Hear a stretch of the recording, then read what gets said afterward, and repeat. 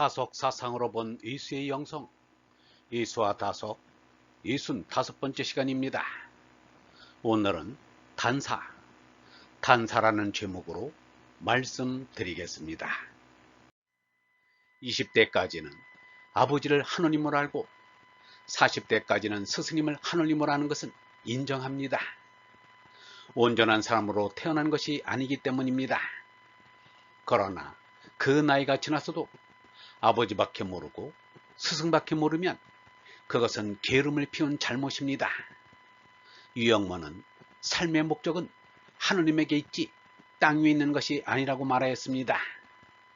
이는 예수와 석가의 생각과 일치합니다. 군사부는 가목적이고 진목적은 하느님이십니다. 예수의 아버지 석가의 니르바나가 하느님이십니다. 예수는 이렇게 말하였습니다. 너희는 스승이라는 일컬음을 받지 말라. 너희 스승은 하느님이시다. 사람은 모두가 형제니라. 땅에 있는 이를 아버지라 말라. 너희 아버지는 하느님이시다. 또한 지도자라 일컬음을 받지 말라. 너희 지도자는 하느님이시다. 석가는 말할 것도 없고 예수는 이렇게 구체적으로 가르쳐 줬는데 석가의 가르침도 그렇지만 예수의 가르침이 실천되고 있는 것을 찾아보기 어렵습니다. 옛 속언에 양머리를 내어 걸어놓고 개고기를 판다는 말이 있습니다. 요즘 예수 석가의 이름을 버젓이 내걸어놓고 예수 석가의 영원한 생명인 원라의 깨달음 신앙이 사라진 것이 그런 격이 되었습니다. 유영모는 이렇게 개탄하였습니다. 나는 젊어서는 모범을 보면 다 따라오고 잘 될 줄 알았지만 그게 안 된다. 누가 모범에 쫓아오는가? 예수 석가를 본받으려는 이가 어디 있나? 예수 석가를 본받는 이가 많다면 세상이 요 모양 요 꼴이 되었을 리가 없을 것이다. 예수 석가를 다 몰랐다. 누구를 존경하고 쫓는다는 것이 다 죄욕심 채우려 드니까 모르게 되는 거다. 예수 석가가 바른 말씀을 하였는데 사람들이 못 알아들었다. 유영모가 서울 종로 YMCA 연경반을 맡아 연경 강의를 해온 지가 32년째가 된 해에 나타난 박용호가 시기로 말하면 3년 뒤에 연경반 강의를 35년 만에 대미 종강을 앞둔 때라 막둥이 제자인 셈이었습니다. 금요 강의에 빠지지 않고 출석하는 것은 기특한 일이 되겠지만 구기동 집으로 편지를 올리지 집으로 찾아오지 한마디로 성가신 저자였을 것입니다.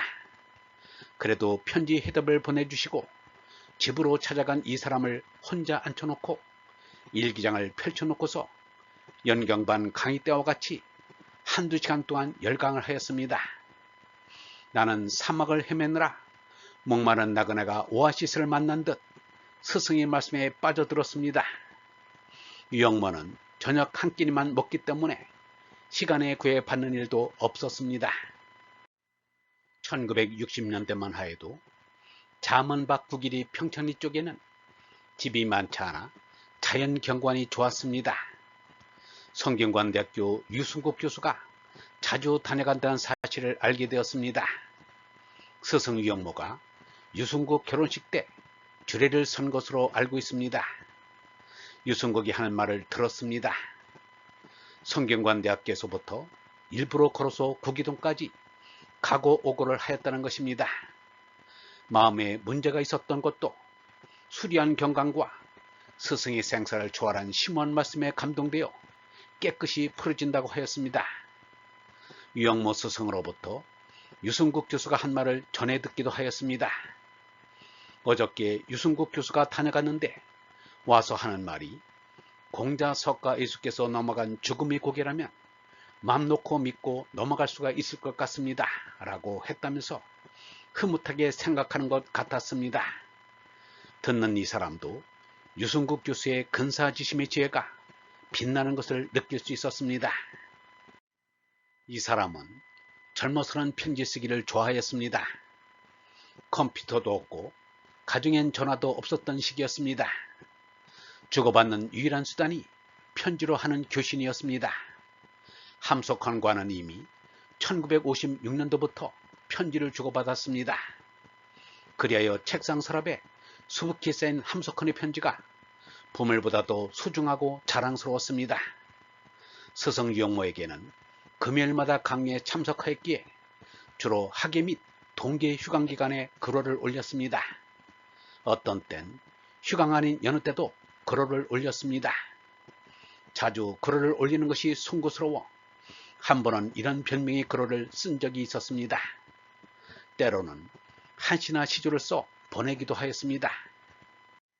제가 스승님께 자주 글호를 올리는 것은 송아지가 어미소의 젖을 빨면서 젖이 더 잘 나오게 하려고 송아지가 제 머리로 어미소 젖을 들이받는 뜸배질을 하는 것으로 생각해 주십시오 라고 한 적이 있었습니다.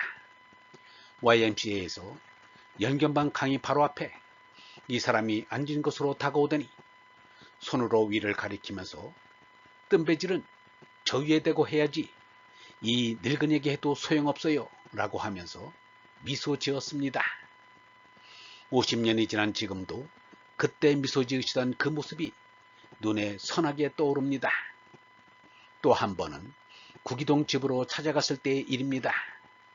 제가 스승께 선생님께서 5년 동안 서울 연동교에 다니시고 그 뒤로는 교회에 안 다니셨는데 교회에 안 다니시게 된 까닭이 있다면 무엇입니까? 라고 물었습니다. 그 말은 내게 스스로 깨달은 바가 있었는가를 묻는 것인데 두 손으로 당신의 머리를 감싼 뒤 여기서 나온 것이 아니라 두 팔을 하늘 쪽으로 만세 부르듯 쳐들고서 저 위에서 주신 것입니다. 그 대답을 듣고서는 더 물을 필요가 없었습니다. 스승 유영모의 생각엔 gener한 생각을 온전히 버리고 하늘님만 드러내야 한다는 생각뿐인 것을 헤아릴 수 있었습니다. 이날의 문답은 한마디로 우문현답이었습니다. 천가지 만가지의 말을 만들어 보아도 결국은 하나밖에 없다. 하나밖에 없다는 데는 아무것도 없다. 하나를 깨닫는 것이다. 얼라를 깨달으면 하나이다. 하나님의 얼라가 하나이다. 유영모가 1955년 4월 26일부터 쓰기 시작한 명상의 일기는 1975년 1월 1일까지 20년 동안 이어졌습니다. 제자 김홍호가 다석일지라는 이름을 붙여 복사본을 출간하였습니다. 다석일지로 다석학회에서 연구를 계속하고 있습니다. 다석일지를 한마디로 줄인다면 하늘님입니다. 이 사람이 유영모로부터 실제적인 가르침을 받았습니다. 이른바 단사 얘기입니다. 1963년 5월이었습니다. 스승의 날을 기념하여 자문박 구기동으로 유영모 스승을 찾았습니다. 스승 내부는 건강한 모습으로 반갑게 맞아주었습니다. 여느 때 같으면 다석일지를 내놓고 말씀을 할 터인데 그러지 않고 세상 이야기를 하였습니다. 이미 사망 예정일인 1956년도 지난 지가 7년이 되었습니다. 그리하여 죽을 날만 손꼽아 기다리는 모습이었습니다. 내가 호를 하나 지었는데 의알단이라면서 의자 간머리 아래에 다가 들어있고 뼈 아래 석이 들어있어 다석의 몸은 땅 밑에 들어가고 얼마니 마땅히 하늘나라에 새 아침을 맞는다는 뜻이라고 하였습니다. 스승 유영모로부터 마른 하늘에 날벼락 같은 말이 떨어졌습니다. 박형, 이젠 나를 찾아오지도 편지를 보내지도 마시오. 이를 말씀을 끊는다 하여 단사라고 해요. 박형 마음속에서 들려오는 소리 없는 소리를 듣고서 제 소리를 해야 해요. 스승 소리에 놀라 한동안 정신이 멍하였습니다. 스승의 말은 한마디로 정신적인 젖대기였습니다.